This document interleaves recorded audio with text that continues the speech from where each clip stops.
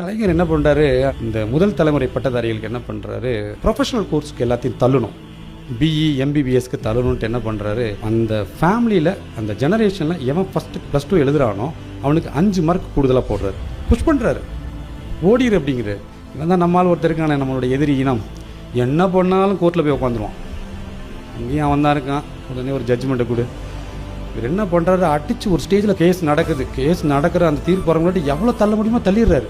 அது 2000 3000 4000 எல்லாம் நம்ம பிள்ளைங்கள்லாம் வந்துடுறாங்க. நம்மளுடைய எஜுகேஷன் சிஸ்டமே கொலாப்ஸ் ஆயிடுச்சுன்னு சொல்லி கூப்பாடு போட்டு ஆங்கில பத்திரிகை எல்லாம் கதறி அந்த சிஸ்டத்தை காலி பண்ணுறான். திருப்பி இவர் ஆட்சிக்கு வந்தார்.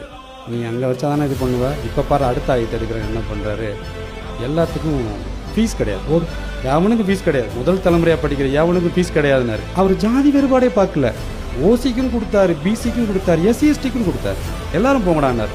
முதல் தலைமுறை பட்டதாரிங்கன்னா எல்லா சாதியிலையும் எல்லா குடும்பத்துலேயும் ஒரே மாதிரி தானே இருப்பான்.